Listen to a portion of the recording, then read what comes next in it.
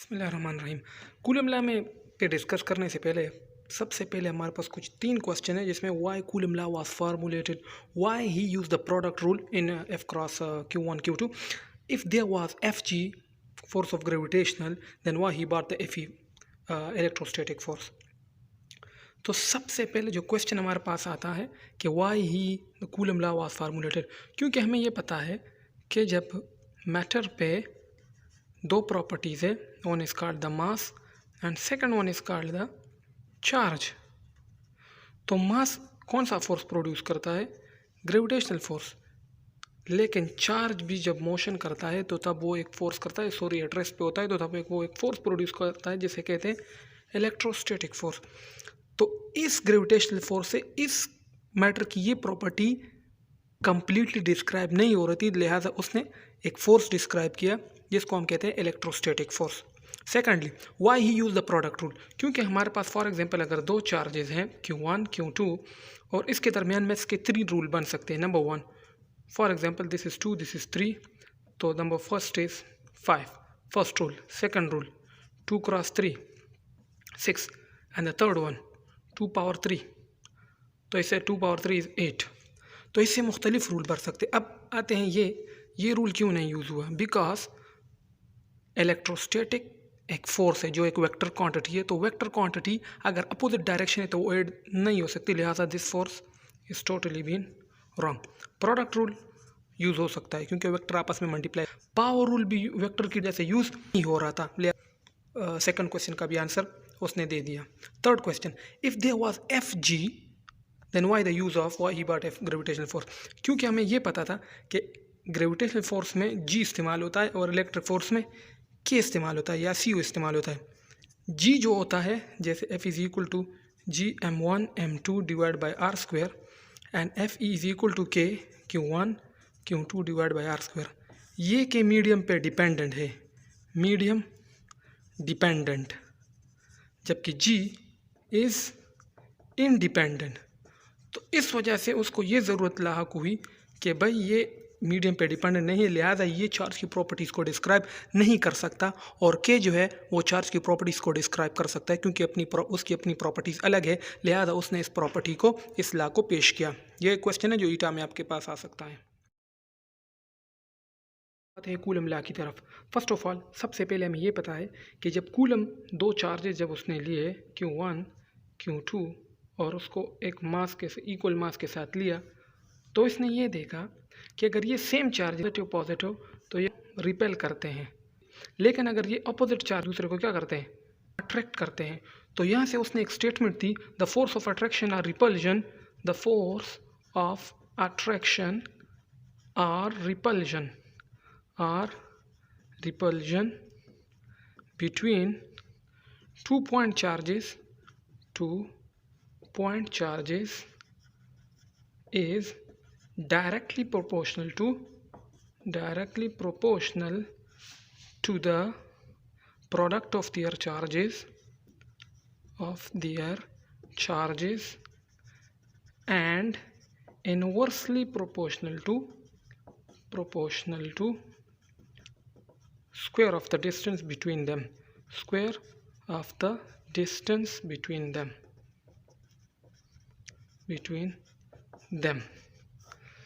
Okay. Now उसने ये देखा कि ये दोनों बॉडीज़ आपस में कांटेक्ट में नहीं आती, लिहाजा उसने ये भी पाया कि विदाउट टचिंग भी एक फोर्स प्रोड्यूस हो सकता है। Without touching force can produce जो हमें कहाँ मिलता है? और जब किसी भी बॉडी को अपनी तरफ क्या करती है? खींचती है, तो वो भी क्या, कौन सा फोर्स है? विदाउट टचिंग का फोर्स है। नाउ इसमें मज़ीद आते हैं इस लॉ की तरफ। उसने ये पाया कि जो दो चार्जेस होते हैं Q1 एंड Q2, इनके दरमियान जो डिस्टेंस होता है वो क्या होगा? लीनियर डिस्टेंस होगा। कौन सा डिस्टेंस? लीनियर डिस्टेंस होगा।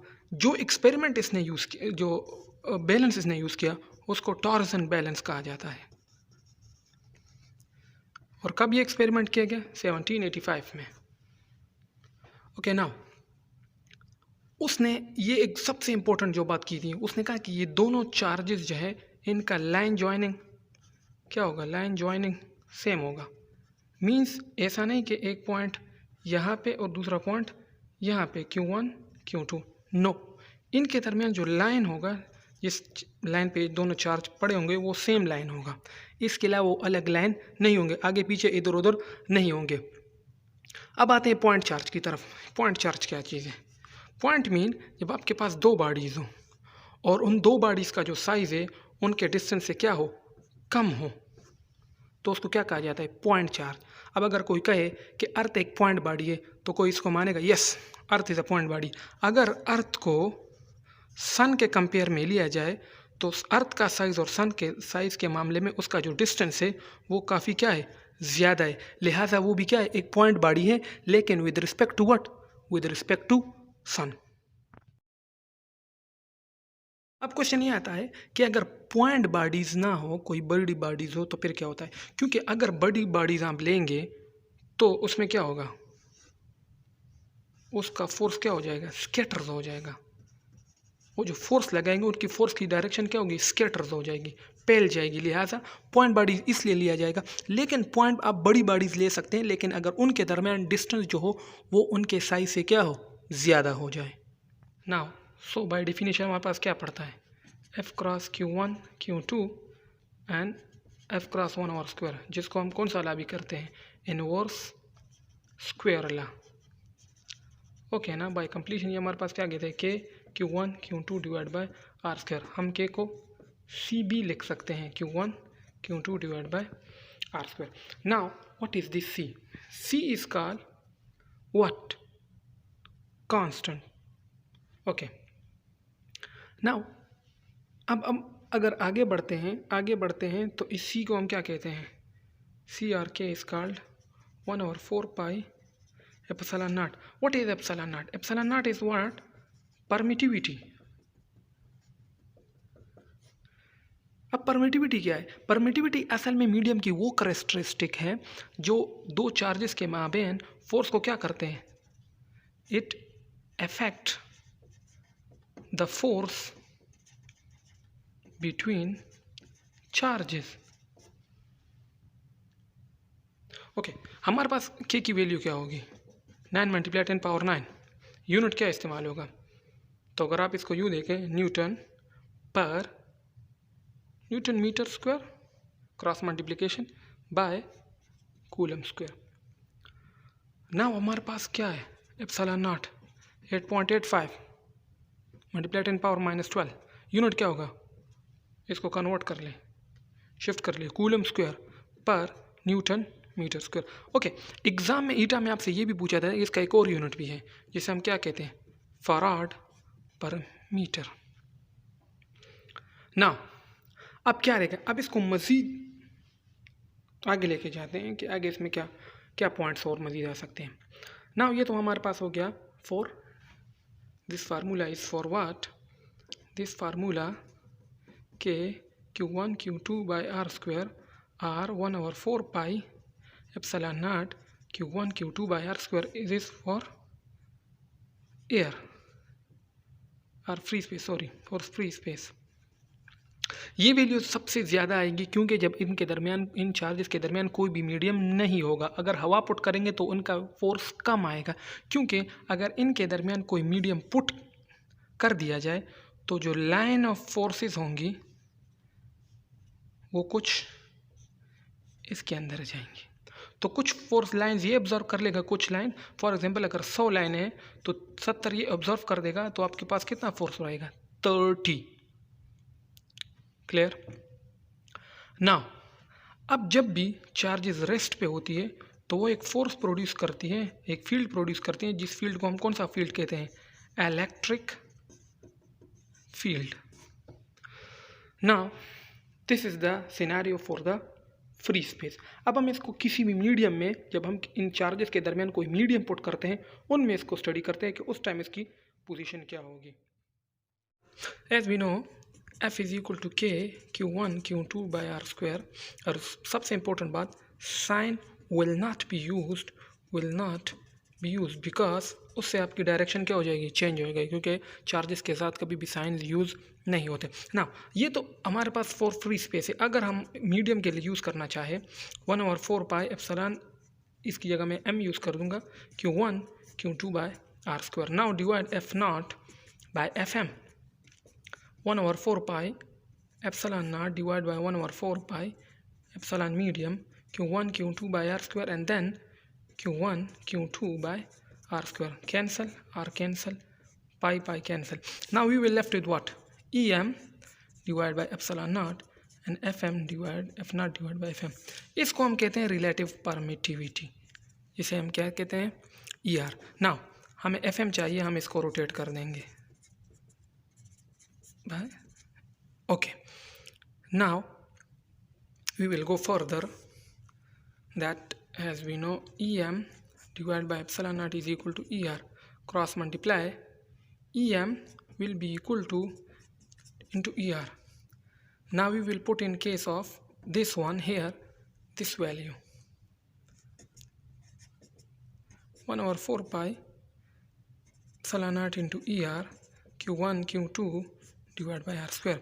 We know this value is equal to what? Obviously F naught. It means कि अगर हम this is our result. It means medium के साथ रिलेटिव परमिटिविटी मल्टीप्लाई करने से ही हम फ्री स्पेस के फोर्स के बराबर आ सकते हैं. What is this relative permittivity? We call it ER. ER no unit. Why? No unit because it is the ratio of two surfaces. It is the ratio of two surfaces. तो जब भी दो surfaces का unit आएगा तो तब इसकी value unit नहीं होगा. दूसरी बात, जो ईटा में आपके बारे में इसके बारे में MCQs आ सकता है, ER की value always greater or equal to 1. अगर आपके पास ER रिलेटिव परमिटिविटी की वैल्यू 0.5 है तो दैट इज़ रॉन्ग, वो गलत है. अच्छा, एक और सबसे इम्पोर्टेंट क्वेश्चन जो बाज़ वक़्त आ जाता है MCQs में कि F naught by Fm equals to K. So what is this K? This K is called dielectric. And what is dielectric? जब दो चार्ज के दरमियान डाइलेक्ट्रिक क्या है? It is an insulator. जब दो प्लेट्स के दरमियान कोई इंसुलेटर रख दिया जाए, it is an insulator which step between two metal plates and the metals are being charge. और ये मेटल इन पे क्या होगा? चार्ज होगा. ओके, ये आपका MCQs है. And then one thing more, हमें ये भी पता है F naught by M हम किसके बराबर लेते हैं? Is equal to ER. तो इसका मतलब क्या हुआ? ER is equal to K. This is MCQs for eta. उसमें भी आपका ये MCQs आ सकता है. अब हम चलते हैं किसकी तरफ?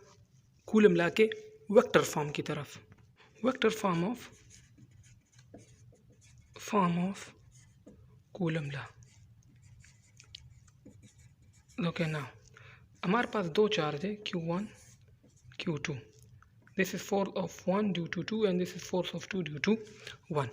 अगर हमारे पास हम ये लेके F21 K Q1 Q2 divide by R square, तो वेक्टर फॉर्म ये हमारे पास क्या शो करता है? Magnitude.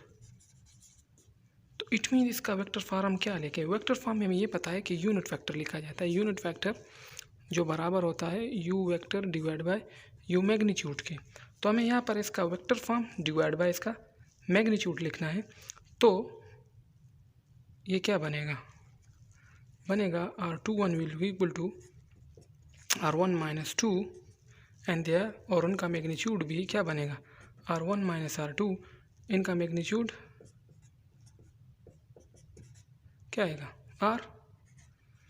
So K Q1 Q2 divide by R square, sorry R cube, और ये R1 minus R2 vector form. Same to same F1 F2 का K Q1 Q2 divide by R square, R2 minus R1 vector into R, और R क्या बन जाएंगे? R cube, sorry K Q1 Q2 vector form minus R1.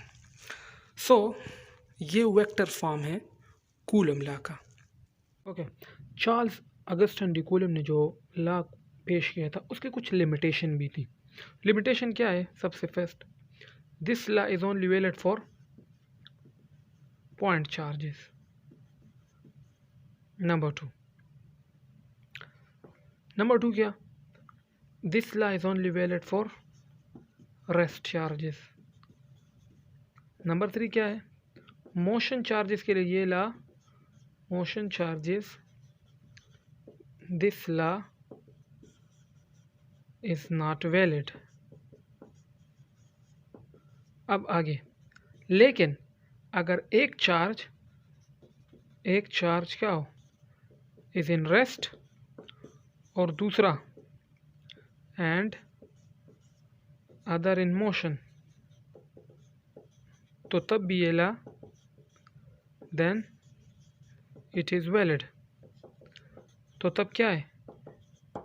ये law valid है तब भी। सो अब हम कुछ MCQs करेंगे और नेक्स्ट वीडियो में हम इंशाल्लाह बाकायदा MCQs करेंगे। अब हम 2 MCQs करते हैं, नेक्स्ट वीडियो में हम मज़ीद इसके MCQs करेंगे। सबसे पहले है, आपके पास 2 चार्ज है Q1 और Q2, इनके दरमियान आर का जो डिस्टेंस है वो फिक्स है। वो कह रहे हैं कि आप मिनिमम फोर्स फाइंड करें। एफ इज इक्वल टू, हमें ये पता है कि Q1 Q2 divide by R fixed है, यूनिट ऑफ ई क्या हो जाएगा, K E square divide by R square ना स्क्वायर है, क्योंकि आपको ये याद रखे कि जो इलेक्ट्रोस्टैटिक फोर्स के जो क्वेश्चन है वो ज़्यादातर मैकेनिक्स के साथ डील करेंगे, और मैकेनिक्स में भी वेक्टर्स के साथ वो क्वेश्चन आपको ज़्यादा बनाएंगे। स्क्वायर है ABCD, चार्जेस सारे क्या है? Plus Q. वो कह रहे कि find net charge at centre. तो ये याद रखें कि जब भी साइमेट्रिकल डिस्ट्रीब्यूशन हो तो उसमें एट द सेंटर आपके पास नेट चार्ज कितना होगा? 0, बिकॉज क्योंकि ये इसको ऐसे रिपेल करेगा, ये इसको ऐसे रिपेल करेगा, ये ऐसे तमाम इफेक्ट क्या हो जाएंगे? कैंसिल हो जाएंगे। तो आपके पास नेट चार्ज क्या रहेगा? 0। So thanks for watching the video, and next video में हम इंशाल्लाह इसके मज़ीद MCQs करेंगे। Thank you.